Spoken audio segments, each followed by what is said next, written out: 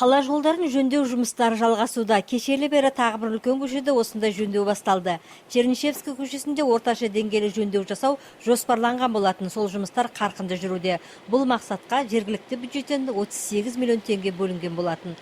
Осы секілді бүгінгінің орташа деңгейлі жолдарды жөндеу жұмыстары үш ықшам ауданында, екінші ықшам ауданы мен Ескі қалада колхозный көшесі, Республика даңғылдарында жүруде.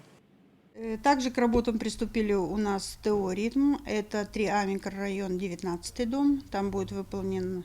Ритм жауапкершілігі шектеулі серіктестігі 3-ші ықшам ауданында 17-ші 19-ші үйлер маңында 6900 шаршы жолды жөндеу жасауда. Екінші ықшам ауданында 53/1, 53/2 үй маңында 20-ші мектепке баратын жолдарды асфальт төсеу жұмыстары жүргізілуде.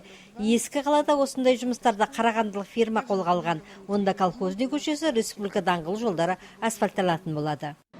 Өткен аптадан қалалық перзентхана үй маңындағы жолдарда жөндеу жұмыстары басталған. Дмитров көшесінен бастап 4600 шаршы метр жолға асфальттар төселетін болады. Мұнымен бірге қала жолдарын ағымдағы жөндеу жұмыстары да басталды. Қазір Республика 12-ші үй маңында жолдар жөнделуде. Барлық жоспарланған жұмыстарды қыркүйектің 25-іне дейін аяқтауды көздеп отырмыз. Оған жасалған жұмыстарды комиссияның тексеріп, қабылдауда кіреді. Ал қыркүйектің 30-ында Құрылысшылар көшесіндегі жөндеу жұмыстары толық қабылдану тиіс. Мұнда ауқымды жөндеу жұмыстары жасалған. Коммуналдық шаруашылық бөлім басшысының мәліметінше қазір осы жөнделген жолдардың сапасын тексерістер жасалуда.